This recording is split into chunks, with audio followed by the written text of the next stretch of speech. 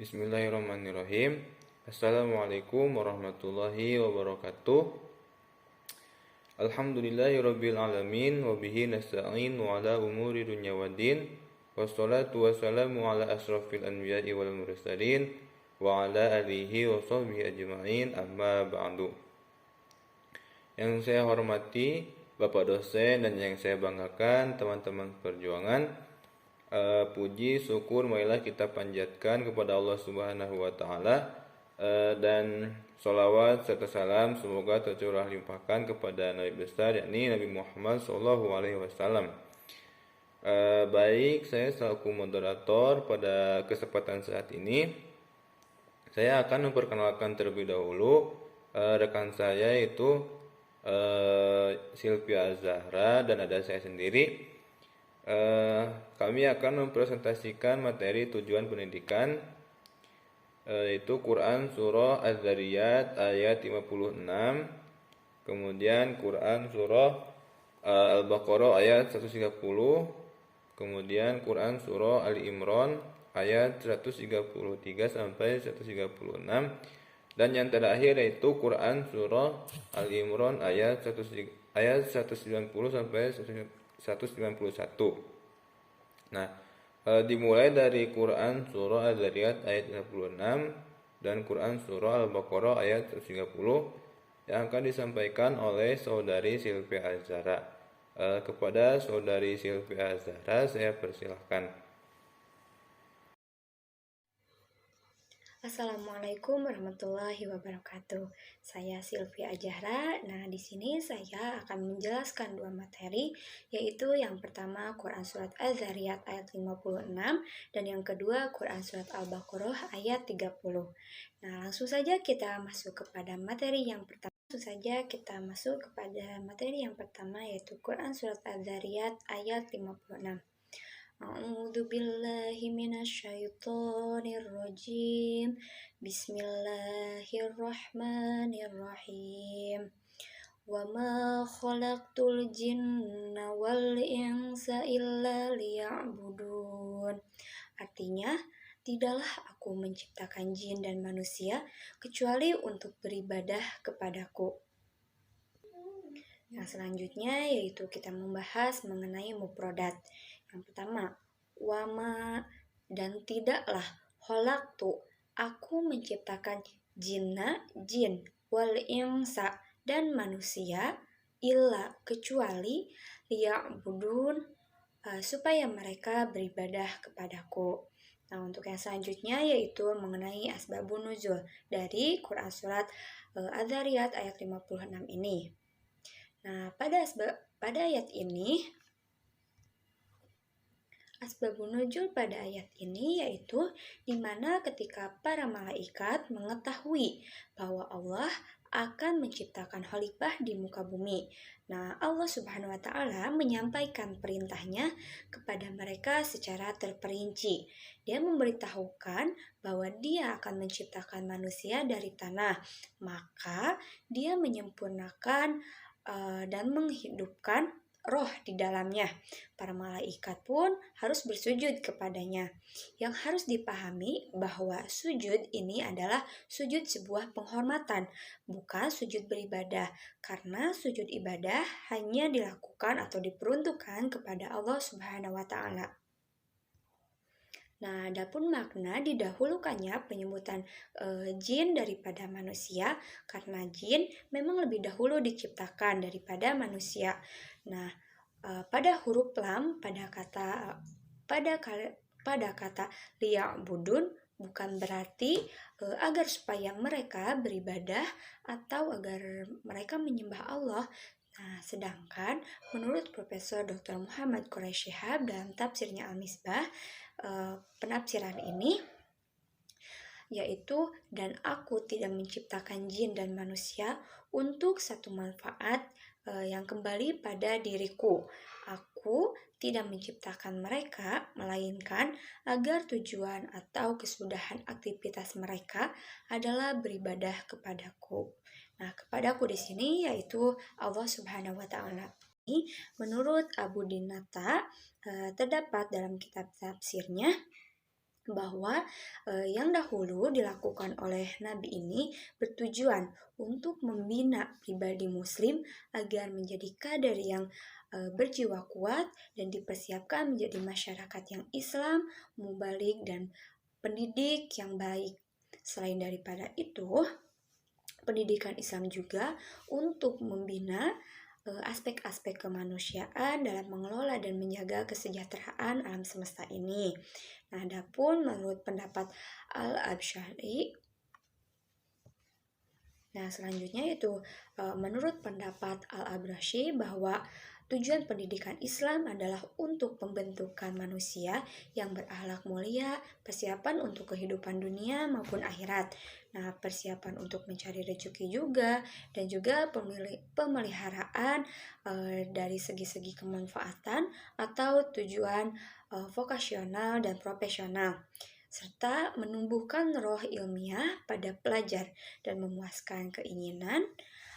Arti ini untuk mengetahui dan memungkinkan peserta didik mengkaji ilmu bukan sekedar sebagai ilmu, tetapi juga menyiapkan pelajar dari segi profesional, teknikal, bahkan pertukaran supaya dapat menguasai profesi tertentu.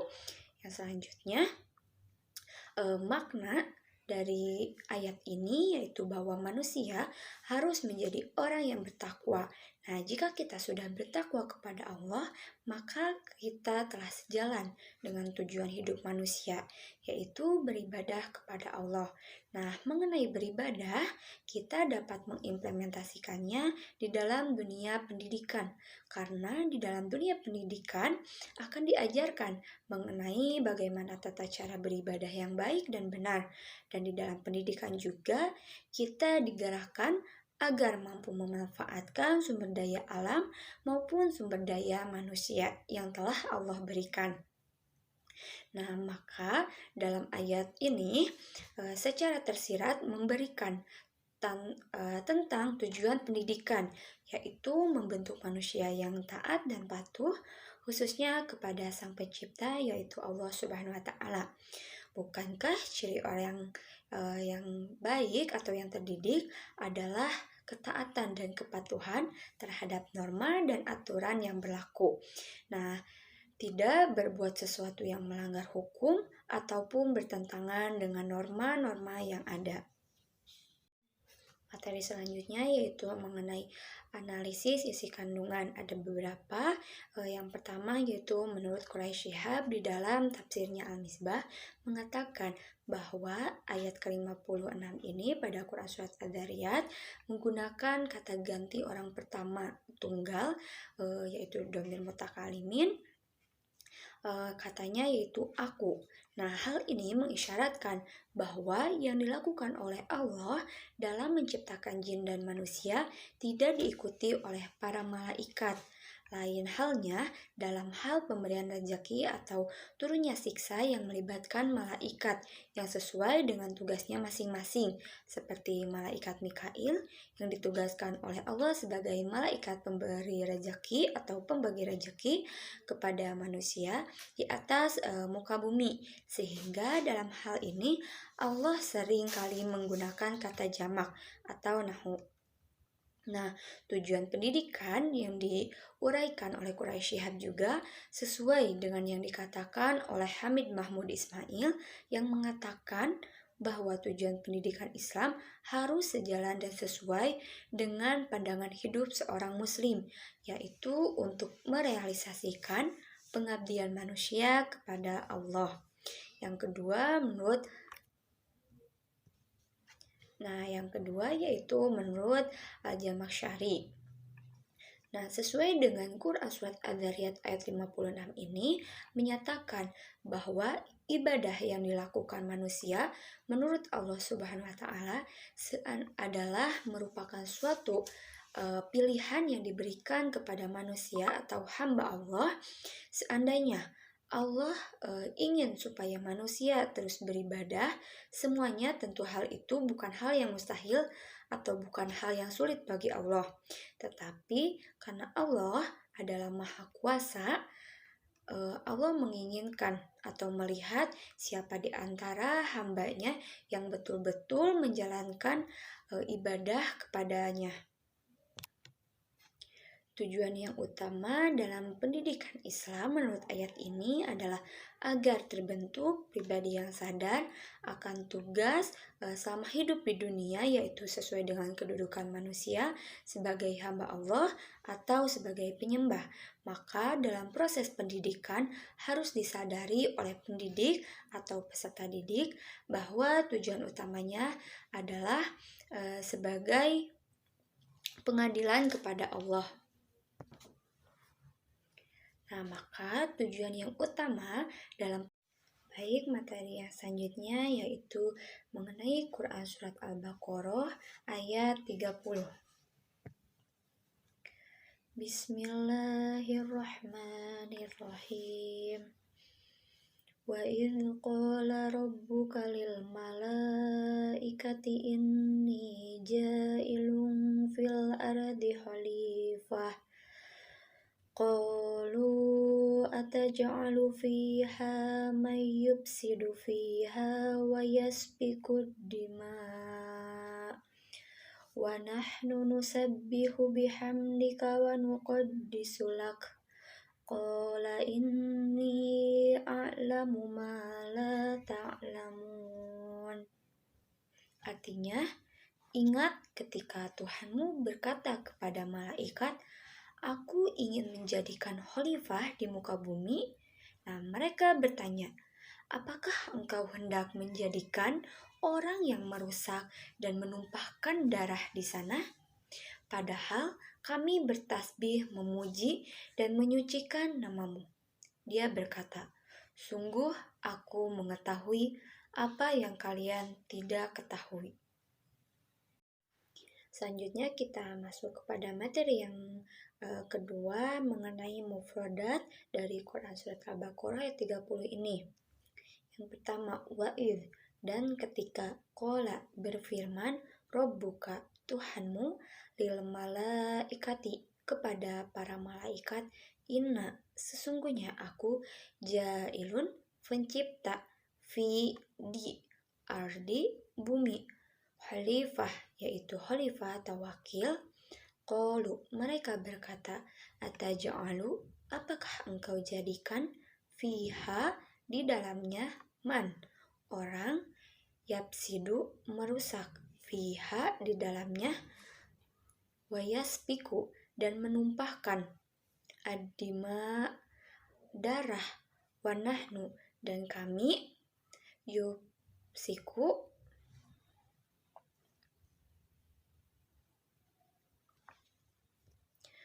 nusabbihu, kami bertasbih, bihamdika, dengan memujimu,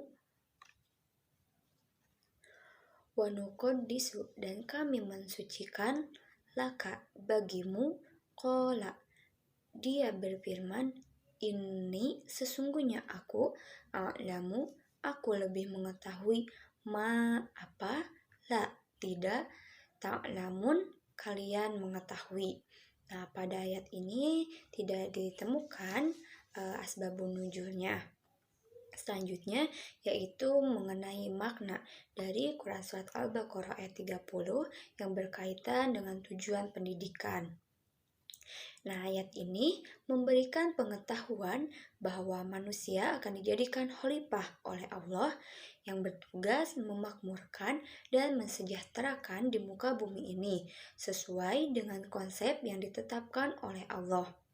Nah, atas dasar itu, maka tujuan pendidikan dalam Al-Quran adalah manusia dapat menjalankan fungsinya sebagai hamba Allah dan juga sebagai khalifahnya, guna untuk membangun dunia ini sesuai dengan konsep yang diterapkan Allah dalam bahasa Al-Quran itu sendiri. Kerap menyebutnya dengan bertakwa kepada Allah.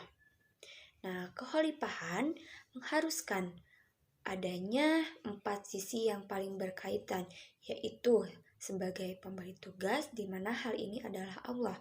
Yang kedua sebagai penerima tugas, yaitu manusia. Yang ketiga, tempat atau lingkungan adalah manusia dapat menjalankan fungsinya sebagai hamba Allah dan juga sebagai khalifahnya, guna untuk membangun dunia ini sesuai dengan konsep yang diterapkan Allah dalam bahasa Al-Quran itu sendiri. Kerap menyebutnya dengan bertakwa kepada Allah. Nah, kekhalifahan mengharuskan adanya 4 sisi yang paling berkaitan, yaitu sebagai pemberi tugas, di mana hal ini adalah Allah.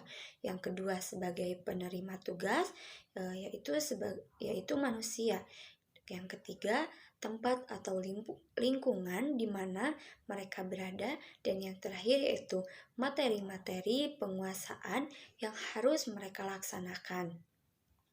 Nah, tugas kekhalifahan ini tidak akan berhasil apabila materi penguasaan tidak dilaksanakan dan kaitan antara penerima tugas dan lingkungannya tidak diperhatikan, khususnya menyangkut kaitan antara penerima tugas dan lingkungannya.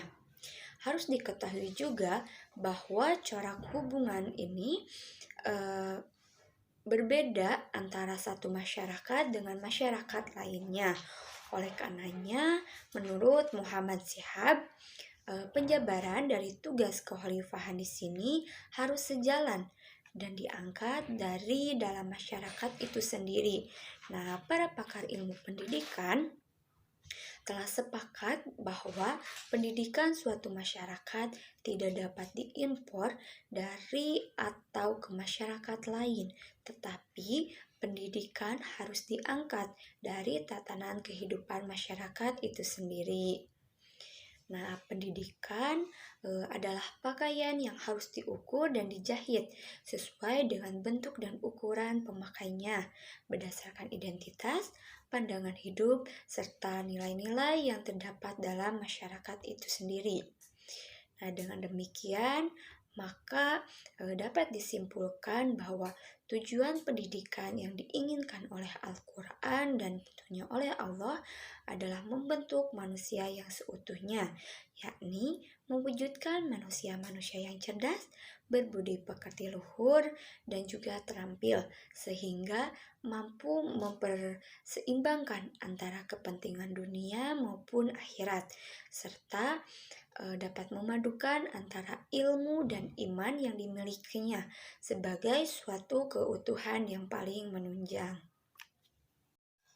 Dan yang terakhir yaitu mengenai analisis isi kandungan. Salah satunya yaitu menurut Tafsir Al-Baghawi, Ma'alimut Tanzil fi Tafsir wa Ta'wil, menceritakan yang dimaksud oleh malaikat dengan mereka adalah penghuni bumi sebelumnya. Allah telah menciptakan langit, bumi, malaikat, dan jin. Lalu Allah menempatkan malaikat di langit dan jin di bumi. Mereka kemudian menyebar dan menyembah Allah dalam masa yang lama di bumi. Tetapi penyakit kedengkian melewati batas menjangkit mereka atau setan. Nah, mereka berbuat kerusakan dan membunuh Allah, lalu mengutus satu pasukan malaikat yang disebut jin, karena mereka adalah penjaga surga. Pemimpin dan pemuka mereka yang paling pandai adalah iblis. Sepasukan malaikat yang bernama jin ini turun ke bumi. Mereka mengusir bangsa jin ke lembah-lembah pegunungan dan pulau-pulau di tengah laut. Mereka kemudian menjadi penghuni bumi. Mereka lalu turun ke bumi. Nah, Allah memberi keringanan ibadah untuk mereka. Allah memberikan kekuasaan bumi, langit, dunia, dan penjaga surga. Nah, iblis kadang menyembah Allah di bumi, kadang di langit, dan kadang juga di surga. Lalu, penyakit ujub masuk ke dalam dirinya. Tidaklah Allah memberikan kekuasaan ini kecuali karena aku adalah malaikat paling mulia, kata iblis dalam hatinya. Aku ingin menciptakan khalifah pengganti kamu di bumi dan mengangkatmu ke langit, kata Allah kepada iblis dan pasukannya. Nah, mendengar rencana Allah, mereka tampak tidak suka. Mereka menjadi malaikat yang paling rendah kehambaannya. Khalifah yang dimaksud di sini tentunya Nabi Adam alaihi salam. Dapat disimpulkan dari materi yang telah saya bahas bahwa konsep khalifah diturunkan oleh Allah dalam Al-Quran memiliki makna agar manusia itu memposisikan dirinya sebagai makhluk yang harus mengambil keputusan, yang mengambil peran dan tanggung jawab untuk memakmurkan bumi dan kehidupan dalam arti yang seluas-luasnya, sesuai dengan arti ini bahwa manusia sebagai pengganti, maka manusia dalam menjalankan tugas ini tidak melakukan berdasarkan hawa nafsunya, tetapi diorientasikan untuk merealisasikan pesan dan ajaran yang telah Allah turunkan. Bahkan semuanya telah Allah atur dalam Al-Quran. Mungkin itu saja yang dapat saya sampaikan. Saya kembalikan kepada moderator. Baik, selanjutnya yaitu materi Quran surah Ali Imran ayat 133 sampai 136 yang akan disampaikan oleh saya sendiri. A'udzu billahi minasyaitonir rajim. Bismillahirrahmanirrahim.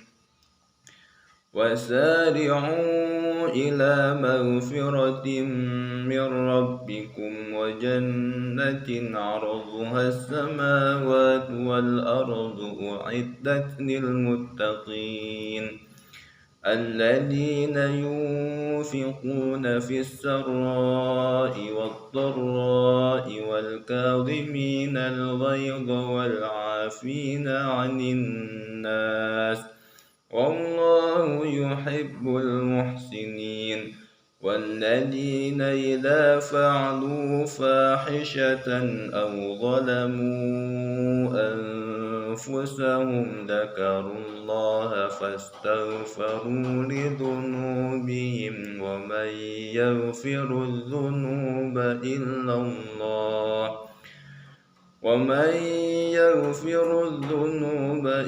الله ولم يصروا على ما فعلوا وهم يعلمون أولئك جزاؤهم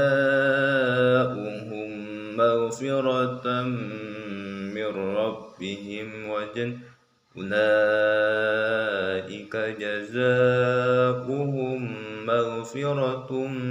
ربهم وجنات تجري من تحتها الأنهار خالدين فيها ونعم أجر العاملين. Artinya, dan bersegeralah kalian kepada ampunan dari Tuhan kalian dan kepada surga yang luasnya seluas langit dan bumi yang disediakan untuk orang-orang yang bertakwa, yaitu orang-orang yang menafkahkan hartanya baik di waktu lapang maupun sempit, dan orang-orang yang menahan amarahnya dan memaafkan kesalahan orang. Allah menyukai orang-orang yang berbuat kebajikan dan juga orang-orang yang apabila mengerjakan perbuatan keji atau menganiaya diri sendiri, maka mereka ingat Allah lalu memohon ampunan terhadap dosa-dosa mereka, dan siapa lagi yang dapat mengampuni dosa selain Allah, dan mereka tidak meneruskan perbuatan kejinya itu sedangkan mereka mengetahui mereka itu balasannya ialah ampunan dari Tuhan mereka dan surga yang di dalamnya mengalir sungai-sungai, sedangkan mereka kekal di dalamnya, dan itulah sebaik-baik orang yang beramal. Baik, yang selanjutnya yaitu terjemah perkata atau mufradat Quran surah Ali Imran ayat 133. Wasari'u, dan bersegeralah kamu ila magfiratin, mencari ampunan,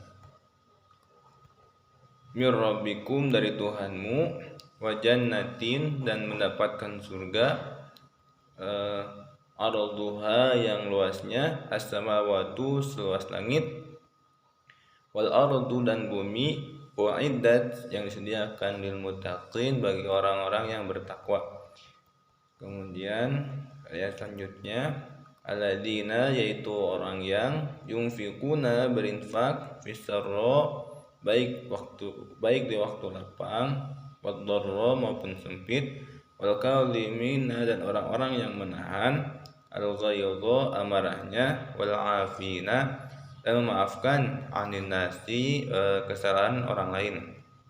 Allahu dan Allah yuhibbu mencintai al muhsinina orang yang berbuat kebajikan.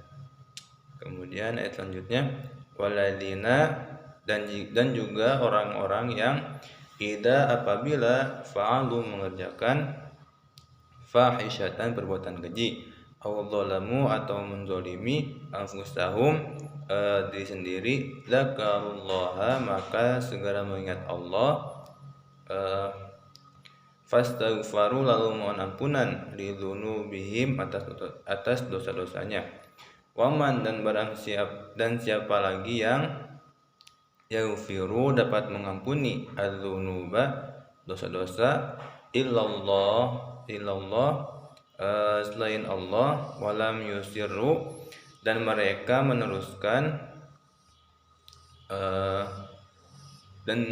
tidak meneruskan ala ma fa'alu perbuatan dosa itu wahum sedang mereka ya'lamun mengetahui. Ulaika mereka itu jazaohum mendapat balasan maghfiratun ampunan min rabbihim dari Tuhan mereka. Ayat kemudian wajannatun dan surga-surga tajri yang mengalir min tahtiha di bawahnya al-anharu sungai-sungai khalidina mereka kekal fiha di dalamnya wa ni'ma dan itulah sebaik-baik ajrul amilina pahala bagi orang-orang yang beramal.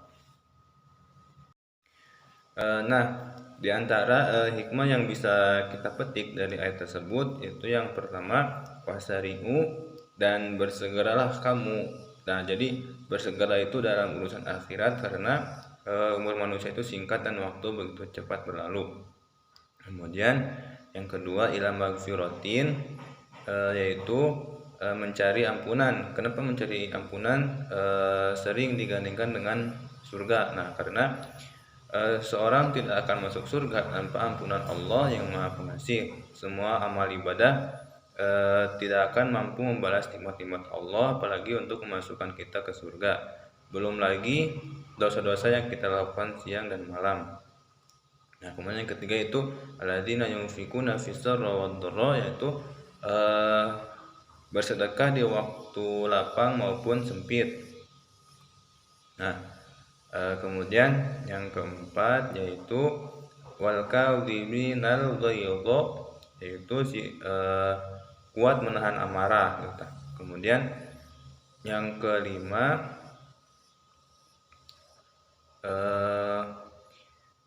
wal afina 'anil nas yaitu suka memaafkan. Allah Subhanahu wa taala berfirman dalam Quran surah An-Nisa ayat 149 yang artinya jika kamu melahirkan suatu kebaikan atau menyembunyikan atau memaafkan suatu kesalahan orang lain maka sesungguhnya Allah Maha Pemaaf lagi Maha Kuasa. Quran surah An-Nisa ayat 49. Nah, kemudian yang keenam yaitu yuhibbul muhsinin yaitu Allah mencintai orang yang berbuat baik. Nah, jadi Allah itu mencintai orang-orang yang berbuat baik.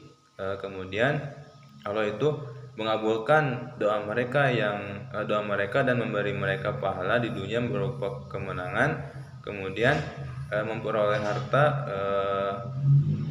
nama baik dan kehormatan dan pahala yang baik di akhirat yaitu surga dan keridhaan Allah Subhanahu wa taala. Kemudian yang ketujuh itu awdzalamu anfusahum yaitu segala bentuk pelanggaran terhadap aturan Allah adalah kezaliman terhadap diri sendiri. Nah, jadi barang siapa yang melanggar hukum Allah maka sesungguhnya dia telah berbuat zalim itu terhadap dirinya sendiri. Nah, kemudian yang kedelapan yaitu zakarullah yaitu segera bertaubat. Karena taubat itu wajib dilakukan dengan segera karena kesalahan dan dosa-dosa yang dilakukan oleh manusia itu banyak ya. Kemudian yang ke-9 yaitu wajannatun, surga adalah sebaik-baik balasan, yaitu surga merupakan ganjaran bagi setiap muslim yang beriman baik dengan hati yang beramal solih. Itulah balasan bagi mereka yang kuat kepada yang takut kepada Allah dan bertakwa dengan benar kepadanya.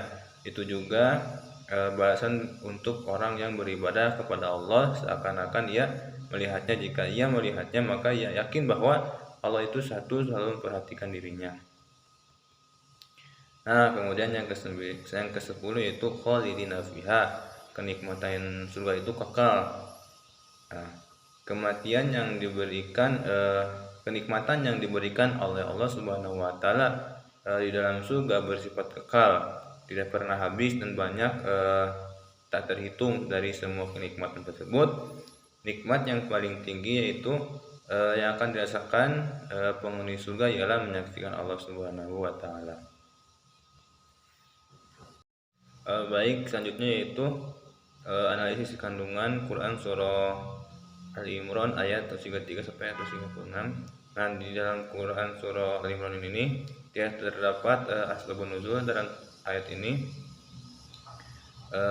Kemudian menurut tafsir Kemenag, setelah diperintahkan taat kepada Allah dan Nabi Muhammad, umat Islam diperintahkan juga untuk berlomba-lomba meningkatkan kualitas ketakwaan.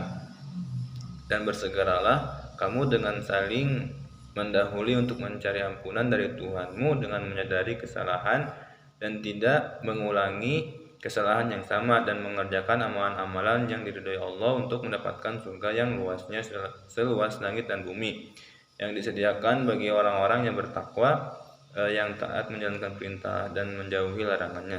Nah, jadi bila seorang muslim selalu mentaati perintah Allah dan Rasulnya dan menjauhi segala larangannya dan bertobat bila jatuh ke jurang dosa dan maksiat, maka Allah akan mengampuni dosanya dan akan memasukkan nanti di akhirat ke dalam surga yang amat luas. Nah, sebagai balasan atas amal yang telah dikerjakannya di dunia, yaitu surga yang disediakannya untuk orang yang bertakwa kepadanya. Kemudian ayat 134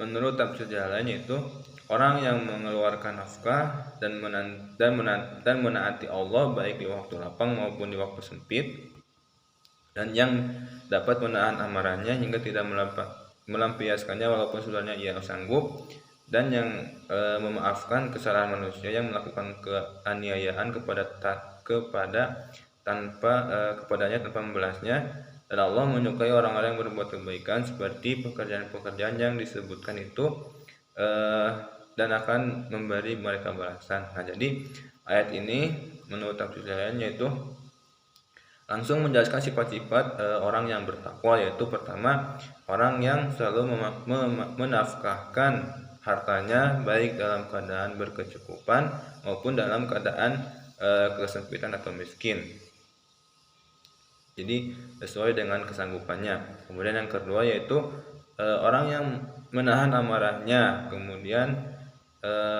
yang ketiga itu orang yang memaafkan kesalahan orang lain. Dan yang keempat yaitu orang yang berbuat baik, termasuk sifat yang bertakwa. Maka di samping memaafkan kesalahan orang lain itu, hendaklah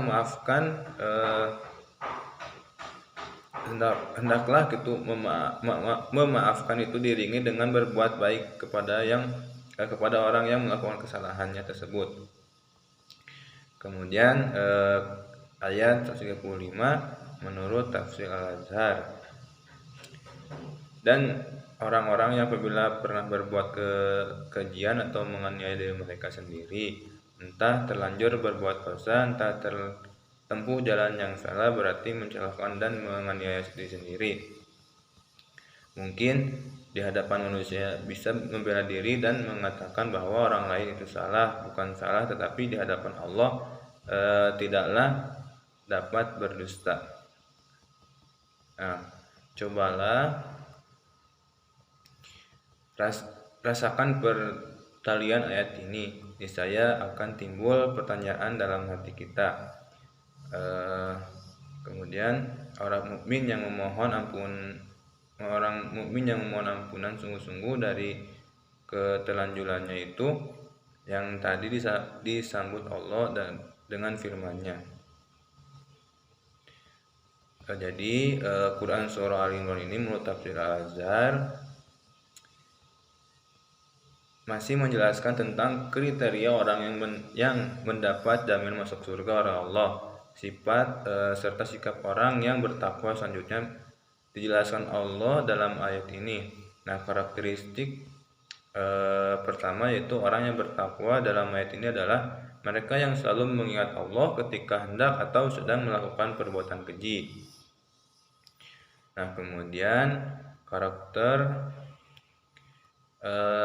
karakteristik yang kedua yaitu mereka yang memohon ampunan kepada Allah, mereka tidak ada yang dapat memberikan ampunan selain Allah, karena orang yang bertakwa itu atau orang yang akan mendapat jaminan surga akan segera mengingat Allah, juga dalam arti sadar akan kesalahan yang terlanjur dilakukan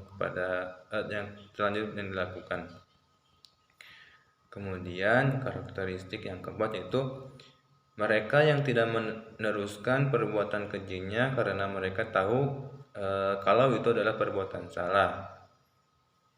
Nah, kemudian Quran surah Al-Imran ayat 136 menurut tafsir Al-Muyassar, mereka yang memiliki sifat yang agung itu maka balasan mereka adalah Allah akan menutup dosa-dosa mereka, dan bagi mereka surga-surga yang mengalir di bawah pepohonan dan istana-istananya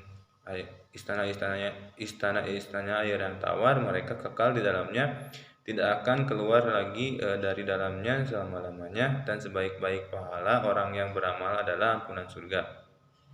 Nah, jadi menurut tafsir Al-Muyassar ini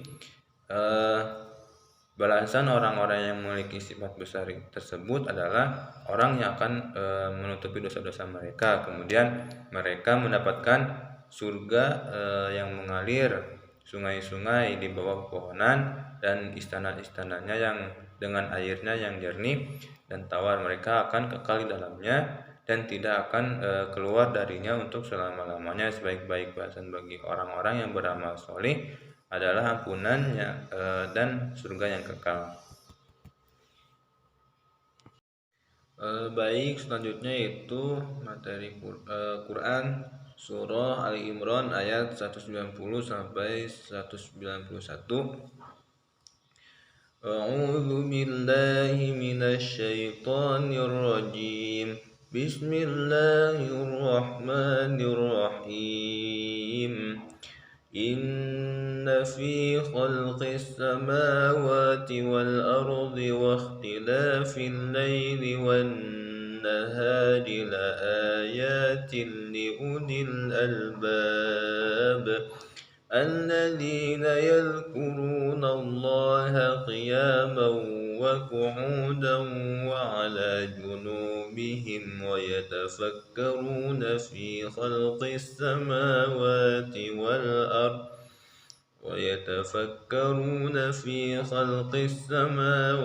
والأرض ربنا ما خلقت هذا باطلا سبحانك فقنا عذاب النار.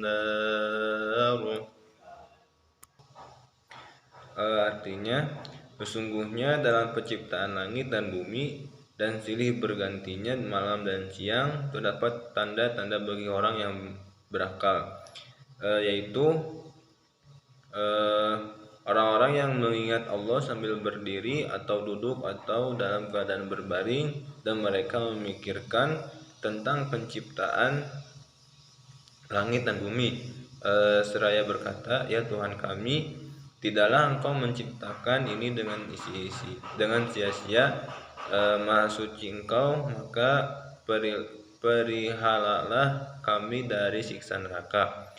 Kemudian terjemah berkata atau mufradat, inna fi, sesungguhnya dalam, khalaqa, penciptaan atau menunjukkan tatanan yang mantap, as-samawati, langit alam yang ada di atasmu, wal ardi, bumi, waqtilafil laili, dan silih bergantinya siang dan malam, la ayatin, sungguh merupakan tanda-tanda, liulil albab, bagi orang-orang yang berakal, alladzina yadhkurunallaha, orang-orang yang mengingat Allah, qiyaman wa qu'uda, berdiri dan duduk, wala junubihim, dan berbaring, wa yatafakkaruna, dan mereka memikirkan, fi khalqis samawati wal ard, tentang penciptaan langit dan bumi, Rabbana, wahai Tuhan kami, ma khalaqtaha, tidaklah Engkau menciptakan ini, batila, sia-sia, dan tidak ada faedah, subhanaka, maha suci Engkau dari hal-hal yang tidak layak bagimu, faqina adzabannar, jadikanlah amal soleh itu sebagai tameng kami dari azab neraka. Baik, selanjutnya yaitu makna ayat. Dari terjemah perkata atau mufradat mengenai kedua ayat tersebut, dapat dipahami bahwa terdapat tanda-tanda kebesaran Allah dalam penciptaan langit dan bumi seisinya bagi orang yang berakal, yang mau mengingat dan memikirkannya dalam keadaan duduk, berdiri, berbaring, dan sebagainya. Nah, istilah-istilah ulul albab terdiri dari dua kata, yaitu ulu dan albab. Yang pertama merupakan bentuk jamak yang bermakna zabu, mereka mempunyai, sedangkan kata kedua albab adalah bentuk jamak dari lub, yaitu saripati, suatu kacang. Misalnya memiliki kulit yang mempunyai isinya. Isi kacang dinamai lub. Ulul albab adalah orang yang memiliki akal murni, yang tidak diselubungi oleh kulit, yakni kabut atau ide yang dapat melahirkan keracunan dalam berpikir. Nah, orang yang mau menggunakan akal pikirannya untuk merenungkan atau menganalisa fenomena alam akan dapat sampai kepada bukti yang sangat nyata tentang keesaan dan kekuasaan Tuhan. Nah, kemudian batil berasal dari kata batola, yang berarti rusak, salah, palsu, tidak syah, dan tidak memenuhi syarat dan rukun keluar dari kebenaran, terlarang atau haram menurut ketentuan agama. Kata batil yang merupakan lawan dari kata al-haq di dalam Al-Quran terdapat sebanyak 26 kali. Nah, kemudian alladzina yadhkurunallah, nah orang-orang yang mengingat Allah. Nah, jadi zikir atau mengingat Allah itu merupakan hisnul mukmin atau benteng seorang mukmin dari kekuatan-kekuatan di luar dirinya, terutama sekali kekuatan iblis yang nyata dan benar-benar ada walaupun tidak kasat mata. Orang yang banyak berzikir atau mengingat Allah akan diingat oleh Allah dan semakin dekat dengannya, sehingga Allah akan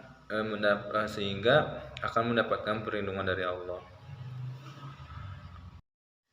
Baik, selanjutnya yaitu asbabun nuzul Quran surah Ali Imran ayat 190 sampai 191.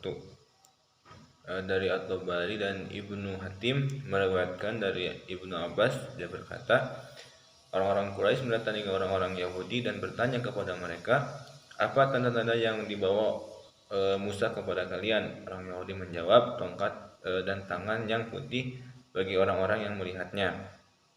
Lalu orang Quraisy itu mendatangi orang-orang Nasrani lalu bertanya kepada mereka, apa tanda-tanda yang diperlihatkan oleh Isa? Mereka menjawab, dia menyembuhkan orang yang buta, orang yang sakit kusta, dan menghidupkan orang mati. Lalu mereka mendatangi Nabi SAW lalu berkata kepada beliau, berdoalah kepada Tuhanmu untuk mengubah bukit Sapa menjadi bukit emas, untuk kami, lalu beliau berdoa kepada lalu beliau berdoa, maka turunlah firman Allah dalam firman Allah Quran surah Al-Imran ayat 191 ini.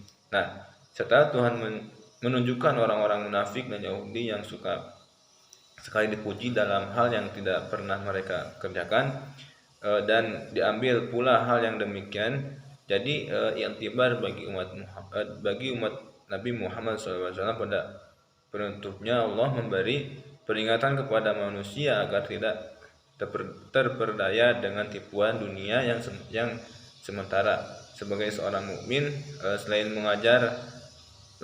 mengejar perkara dunia atau kebendaan, hendaklah disediakan waktu untuk hidup kerohanian.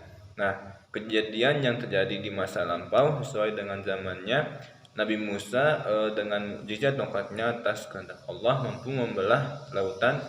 Kemudian Nabi Isa mampu menyembuhkan orang sakit kusta hingga menghidupkan orang yang sudah meninggal. Sekarang tiba masanya untuk berpikir, melihat alam supaya dapat melihat bahwa semuanya itu penuh dengan mukjizat Allah. Ayat ini mengajak mereka agar memikirkan langit dan bumi tentang kejadiannya, hal-hal yang menakjubkan di dalamnya. Nah, seperti binatang-binatang, bulan dan matahari, serta peredarannya laut, gunung-gunung, pohon-pohon, buah-buahan, binatang-binatang, barang-barang tambang, dan sebagainya yang terdapat dalam semesta ini. Nah, selanjutnya yaitu analisis isi kandungan ayat Quran surah Al-Imran ayat 90 ayat 191. Menurut Profesor Dr. Tengku Muhammad Hasbi As-Siddiqi,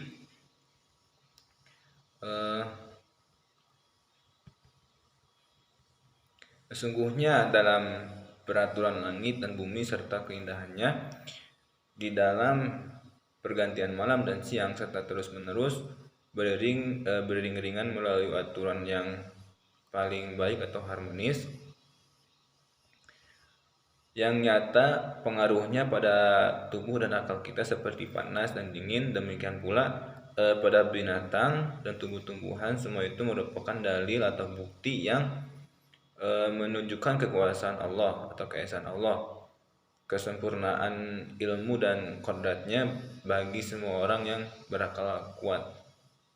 Nah, jadi ayat ini menurut Hasbi As-Siddiqi itu, Profesor Hasbi As-Siddiqi itu mengundang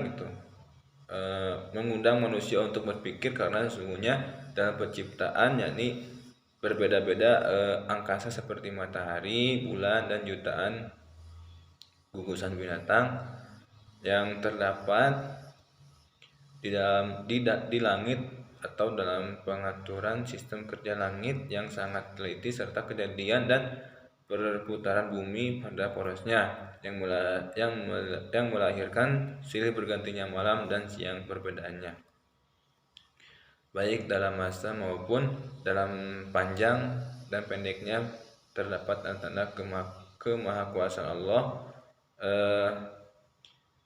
yakni orang-orang yang memiliki akal murni.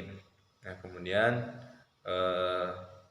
surat Al-Imran ayat 101, menurut Syekh Imam Al-Qurtubi, pada ayat ini Allah menyebutkan tiga keadaan yang sering dilakukan oleh manusia pada tiap waktunya. Dikatakan Rasulullah selalu berzikir kepada Allah dalam setiap keadaannya. Zikir dalam arti umum dapat dilakukan dalam berbagai keadaan, walaupun ketika berada di kamar, kemudian berada di luar tempat-tempat yang kurang baik, karena pahalanya akan tetap ditulis oleh malaikat tanpa melihat lokasi tempat berzikir. Nah, jadi ayat ini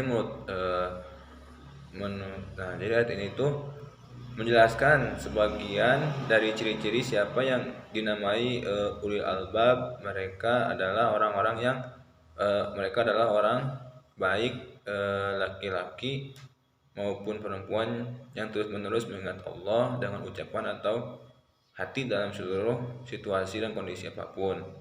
Nah, objek zikir adalah Allah, sedangkan objek akal pikiran adalah seluruh makhluk ciptaannya. Akal berdiri kebebasan seluas-luasnya untuk memikirkan fenomena alam, dan terdapat keterbatasan dalam memikirkan zat Allah. Nah, selanjutnya yaitu analisis isi kandungan ayat Quran Surah Ali Imran ayat 90 ayat 191. Menurut Profesor Dr. Tengku Muhammad Hasbi As-Siddiqi,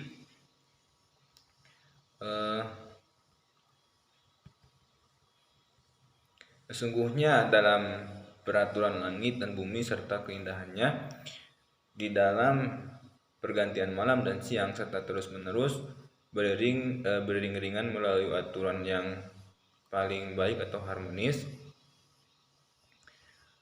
yang nyata pengaruhnya pada tubuh dan akal kita seperti panas dan dingin. Demikian pula pada binatang dan tumbuh-tumbuhan, semua itu merupakan dalil atau bukti yang menunjukkan kekuasaan Allah atau keesaan Allah, kesempurnaan ilmu dan kodratnya bagi semua orang yang berakal kuat.